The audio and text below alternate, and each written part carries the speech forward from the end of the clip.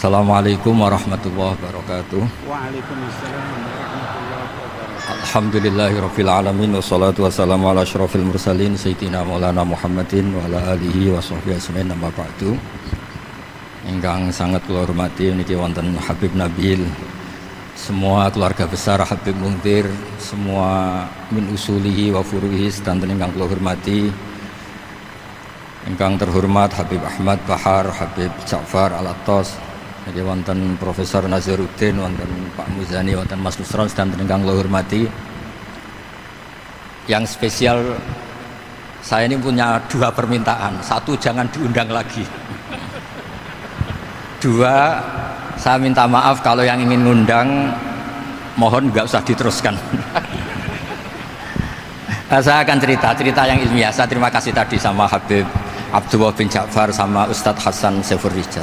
Begini, kenapa saya banyak dikutip para narasumber? Karena saya ini jenis kiai yang otoritatif. Jadi saya ini karena nggak menteri, sehingga kalau belajar itu serius sekali.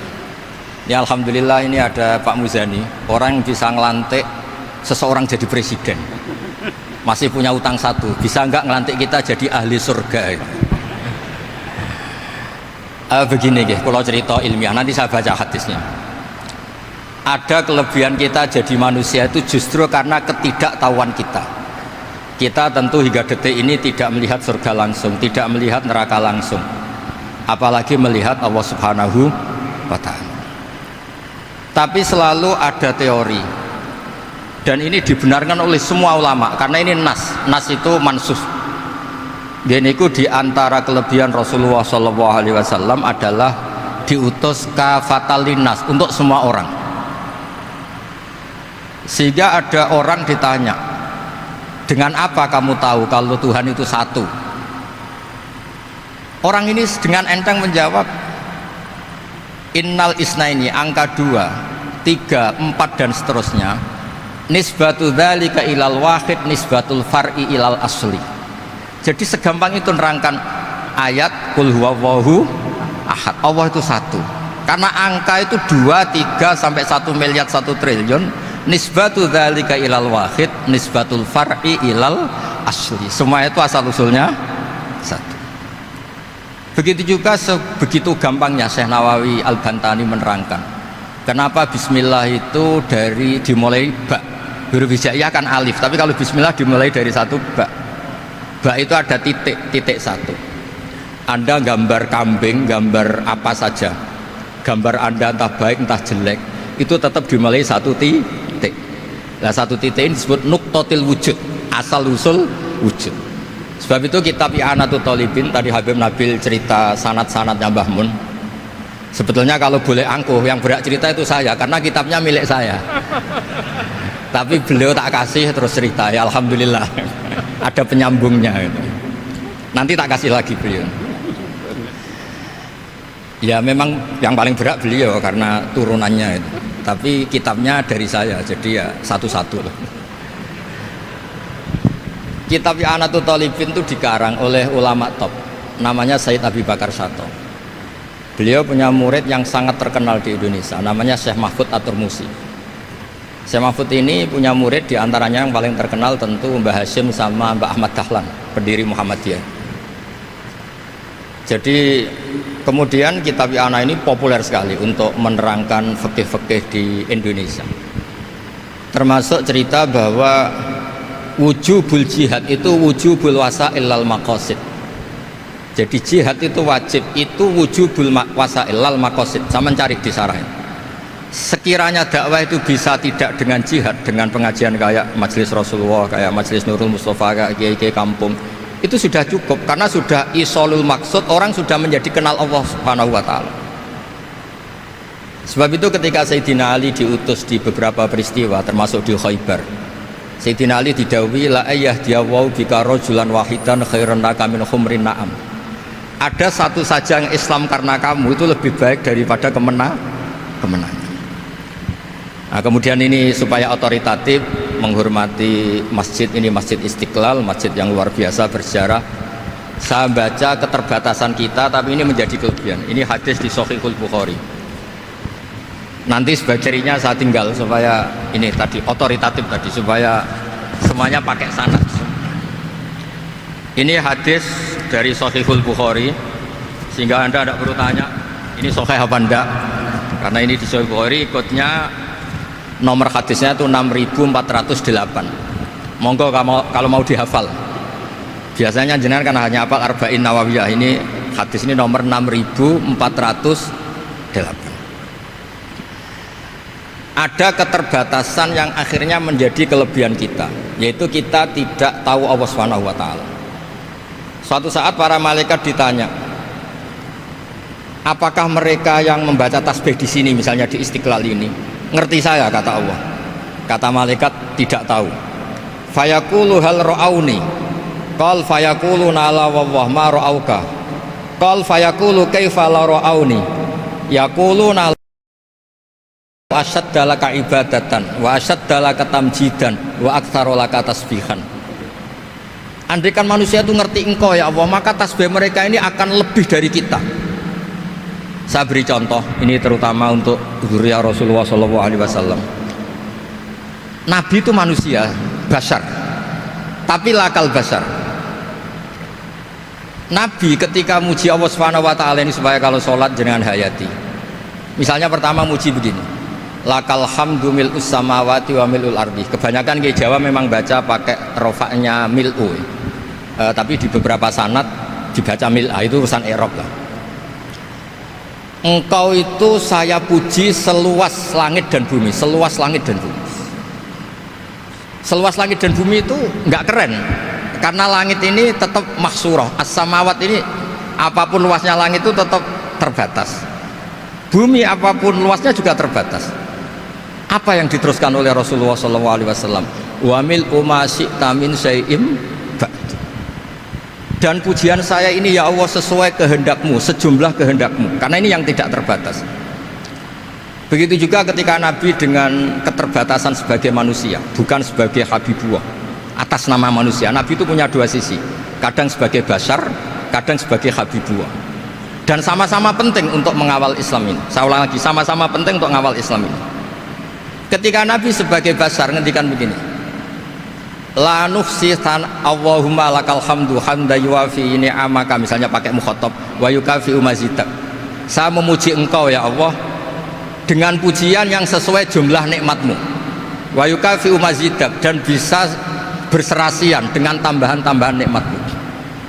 Tapi apapun luasnya nikmat itu terbatas, sehingga Nabi nambahi, la ukhsi thana'an alita anta kama atneta ala nafsik. Saya muji ini tidak terhitung, sama sejumlah pujian yang engkau lakukan. La ukhsi atau la nukhsi thana'an alika anta kama atneta ala nafsik. Sehingga ini kreasi-kreasi Bani Adam yang malaikat itu tidak bisa. Saya ulang lagi, ini kreasi-kreasi Bani Adam yang bakat malaikat itu tidak bisa. Ini saya baca di kitab Fathul Bari, ini sarahnya kitab Bukhari. Kata Imam, ini saya ulang lagi, ini kata Imam Ibnu Hajar al-Asqalani, pensarah terbaik Bukhari. Jadi Sahihul Bukhari itu punya sarah paling terkenal namanya Fathul Bari. Itu gurunya Syekh Zakaria Al-Ansari. Syekh Zakaria itu dikenal sebagai Syekhul Islam. Itu berkahnya punya guru alim banget, kereng. Ibnu Hajar al-Asqalani itu kereng itu keras. Kalau muridnya tidak bisa itu keras sekali, tapi urusan ngaji saja. Terus punya murid itu pinter sekali, namanya Ibnu Hajar al-Haytami. Jadi beliau kalau mau ngaji ya susah, karena gurunya itu alim, nyuruh baca. Kalau mau ngajar ya susah, muridnya itu alim, takut salah. Jadi akhirnya pinter. Orang punya murid alim alama itu kan bingung. Makanya saya tidak suka kalau Profesor Nazar ngaji saya, nanti ngoreksi repot. Sudah gitu Islamnya beliau formal karena Menteri Agama, saya non formal. Lama-lama Islamnya beliau legal, saya ilegal. Kan jadi repot nanti. Makanya tadi tak bully, tak cocokkan. Kalau jenengan Menteri Agama sampai akhirat berarti top. Tapi kayaknya di akhirat saya yang ngelamar jadi Menteri Agama. Ada ini nggak penting. Ini hanya gejolokan saja supaya kelihatan bahwa menteri pun juga warga nopo Indonesia. Begini kata Ibnu Hajar Al Asqalani, ini saya baca ya supaya penghormatan saya sama Habib Umar Hafid. Saya ini baca kitab beliau khatam serius, namanya Taujihun Nabi li Mardhati Bari, yang ditulis oleh Ustadz Fahmi bin Ali bin Ubaidun. Saya baca banyak, termasuk ketika beliau punya manhaj yang tidak populer, kata beliau fala budda antuwattina nafsaka ala annana khudamatu hadal kaun. Kamu harus yakin bahwa tugas kiai, tugas ulama itu khudamatu hadal kaun, mengkhidmati semua alam raya ini. Dan jangan pernah putus asa, misalnya melihat non muslim terus kamu putus asa, ini non muslim enggak, bisa saja suatu saat rubbama aslama fakhasuna islamu, bisa saja dia Islam fakhasuna Islam. Nah, ini wirasah nabawiyah, karena dulu Nabi ketika dari kampung Abdi Yalil dan disakiti, malaikat Jibal itu usul supaya kampung itu dihabisi, kata Nabi apa? La bal arju ayukhrijawah min aslabihim ma ya'budu wa la yusyriku bihi syai'an. Bisa saja bapaknya masih kafir, anaknya Islam, cucu-cucunya nopo Islam. Kayak apa Nabi itu? Rojaknya Masya Allah. Nah kemudian ini kembali ke tasbih tadi. Kata Ibnu Hajar Al Asqalani, yukhadu min hadal hadis anna dzikral hasil min bani adam a'la wa asyrafu min adzikri al hasil min al malaikah li husuli dzikril adamin ma kasratis syawaghil wa wujudis sawarif wa sudurihi fi alamil ghaibi bi khilafil malaikati fi dzalika kulli. Jadi kita ini enggak melihat Allah langsung, enggak melihat surga langsung, enggak melihat neraka langsung, tapi cara kita zikir wis nak wis di neraka yo nuwangis tenan, padahal yo ora mesti mlebu neraka, lha nuwangis tenanan. Kayak apa iman kita? Nah, iman seperti ini sesuai kriteria awal sing dikersana Allah, alladzina yu'minuna bil ghaibi. Maka andekan saya ini kok dikasih mukasyafah sama Allah untuk melihat surga, saya milih enggak melihat supaya ngikuti yang tetap gaib. Nanti kalau saya melihat langsung kemudian iman, kata Allah, akeh tunggali aku iman mau melihat itu. Jadi kadang-kadang keterbatasan kita ini penting. Makanya masyhur Nabi pernah ngendikan, tuba liman ro'ani wa amanabi, tapi wa tuba liman lam yaroni wa amanabi. Kalau orang melihat saya kemudian iman itu biasa. Ini orang zaman akhir tidak melihat saya tapi iman. Kadang-kadang itu nggak lewat Habib yang ganteng itu, enggak lewat Mudin. Mudin di kampung rapati di duit, ini aku mulang tauhid ya mandi. Islam itu digawa Habib ya mandi, digawa menteri ya mandi, digawa Mudin ya mandi. Karena Islam itu kafatal napa kafatal dinnas. Nah yang nggak dipunyai malaikat adalah tadi seperti cerita saya tentang Imam Amudi, segampang itu. Makanya di tradisi pondoknya Mbah Maimun itu ada tradisi qaddimid dirayah ala riwayah. Logika riwayat itu penting karena itu menjadi nyaman. Ya kayak tadi, Allah itu satu. Ketika kita berpikir angka 2, 3 sampai sekian miliar, sekian triliun, nisbatu dzalika ilal wahid, nisbatul far'i ilal asl. Semua itu dibanding angka 1 adalah cabang. Gambar kayak apa ruwetnya, dinisbatkan asal usulnya mesti satu nuktoh, yaitu satu titik. Nah satu titik ini kata pengarang Yanatul Thalibin, bi kana makana wa bi yakunu mayak. Nah kemudian terakhir ini nggak boleh lama-lama. Kalau lama-lama nanti sampean pinternya nyanyi saya. Sudah. Tapi nggak apa-apa lah. Saya ini termasuk kiai yang sudah diundang. Ini termasuk Pak MPR, nggak boleh undang saya. Pak Nusron apalagi nggak boleh. Itu kalau di kampung sama saya hormat. Kalau di sini kok kayak menteri gitu. Menteri betul tapi. Lawang gurunya dia itu teman saya gitu. Jadi tanya ini kalau nggak percaya. Makanya kalau sama saya beliau cium tangan, saya sebetulnya ya nggak siap dicium tangan menteri, itu nggak siap. Apalagi dihormati Pak Nazar, nggak siap lah. Nanti dikira minta haji malah repot. repot. Saya ini tadi bisik-bisik itu urusan ilmu tasawuf, ya ada urusannya dengan haji. Nah, cocokan. Kenapa beliau suka ilmu tasawuf? Saya kan sering lihat beliau ceramah di TV. Katanya obat Gus obat. Orang kalau belajar tasawuf kan kepenak itu. Kayak wis ahli swarga kan kepenak di tasawuf itu kan memang. Sekarang saya cerita tentang ini karena bidang yang saya tekuni. Ada kitab tentang Ulumul Quran, namanya Al-Mufradat fi Gharibil Quran, dikarang oleh Ar-Raghib Al-Asfihani. Ini kitab luar biasa. Di situ hanya cerita lafat-lafat per kata. Saya tadi sebelum kesini ngajar dulu di pondoknya Beki, Baitul Qurannya Pak Kures, karena memang saya termasuk pengajar di sana. Artinya kalau saya sering ke situ, jangan iri, memang saya termasuk pengajar di sana. Termasuk pengajar yang keren maksudnya. Keren itu artinya pakai referensi, bukan asal. Begini kata kitab itu. Rasulullah SAW itu kan punya nama Muhammad, orang yang banyak sikapnya atau semua sikapnya terpuji. Termasuk ketika sebagai manusia, sama kita termasuk ketika sebagai apa? Manusia. Sebagai manusia aja Nabi gak pernah salah. Begini kata kitab itu. Nabi-nabi yang keren-keren itu, sama lihat di Ahaditsus Syafa'ah, itu masih egois. Ketika ada haulul mauqif, ada prahara mauqif, itu semua Nabi bilang nafsi, nafsi, nafsi, nafsi. Ketika dimintai syafaat bilang nafsi, nafsi. Tapi Rasulullah SAW itu beliau ngendikan ummati, ummati. Dan beliau ketika dimintai syafaat kata beliau, sudah, analah, saya bisa memberi syafaat. Kata beliau, fa'akhirru lillahi ta'ala sajidan fayaqulu li ya Muhammad irfa' ra'sak wasal tu'tah wasfa'tu syafa'. Kayak apa hebatnya Rasulullah SAW? Umumnya para nabi melihat akhirat itu sudah akhir dari semua amal. Itu menurut Nabi Muhammad gak keren. Allah itu gak bisa didikte akhirat. Allah itu Tuhan, tetap yaf'alu ma yasha. Jadi gak bisa misalnya sudah akhirat orang nyuwun sewu terus tanya, ya Rasulullah ini sudah akhirat kok jenengan sujud bareng ini gimana? Ini sudah nggak darul amal tapi ini darul jaza. Tidak bisa. Akhirat nggak bisa dibatasi. Karena akhirat nggak bisa membatasi Allah, Nabi tetap dengan rileksnya minta sama Allah. Fa ahmaduhu bima hamida 'allamani ya rabbi. Kemudian saat itu saya muji-muji Allah dengan pujian yang luar biasa. Terus kata kitab itu, fa Muhammadun Ahmadu min ghairihi. Makanya beliau punya nama Ahmad. Ahmad itu afal tafdil, bukan fi'il mudhari' waqi' mutakallim. Ini pernah madrasah dulu di Kutsian. Tamat terus. Beliau kalau di rumah hormatnya tidak kayak tadi, lebih dari itu. Tadi di sini pejabat terus. Sembrono kalau di sini itu kenapa itu.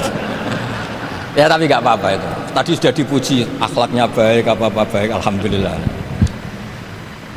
Fa Muhammadun Ahmadu min ghairihi. Ketika para nabi gak bisa muji Allah di mahsyar, bahkan mereka itu nyuwun sewu egois, hanya mikir diri sendiri, nafsi-nafsi. Rasulullah Muhammad ini punya nyali untuk muji Allah dan tetap mengajukan permohonan apa? Disebut fa Muhammadun Ahmadu min ghairihi. Sampeyan lihat di Bukhari, di Muslim. Fa Ahmadu fi mahamida 'allamani rabbi. Tetap muji-muji Allah. Bukti bahwa teori saya benar dan otoritatif adalah yang nggak bisa hilang di surga itu juga wiridan. Ketika kita masuk surga, apa kita kegiatannya? Da'wahum fiha subhanakallahumma wa tahiyyatuhum fiha salam wa akhiru da'wahum alhamdulillahi rabbil alamin. Nah, kemudian ini juga yang terus kemudian dinyatakan al-baqiyatus sholihat. Ini kalimat-kalimat yang abadi. Karena apa? Di dunia ya kita bilang subhanallah alhamdulillah, di akhirat dia bilang subhanallah. Kayak apa kerennya kita sebagai Bani Adam. Nah, makanya disebut alladzina yu'minuna bil ghaibi. Wong tidak melihat Allah, tidak melihat surga, tidak melihat neraka, tapi iman kita ini kayak iman sing musyahadah. Iman sing hakul yakin, ainul yakin. Kenapa demikian? Ya karena tadi kita diajari terus menerus oleh Rasulullah SAW. Yang terakhir saya cerita mukjizat. Ini juga terkait dengan betapa mudahnya hadaddin ini di logika, dicerna. Kata Rasulullah SAW, sabda Nabi di hadis, saya ulang lagi ini hadis sahih di bab awal Fadailul Quran di Sahihul Bukhari. Dicek, kalau gak percaya dicek. Ma minal anbiya'i nabiyyun illa u'tiya minal ayati ma misluhu amana alaihil bashar. Wa innama kana alladzi utitu wahyan auhahu wa ilayya fa arju an akuna aktsarahum tabi'an yaumal qiyamah. Enggak ada nabi kemudian kecuali dikasih wahyu, dikasih mukjizat.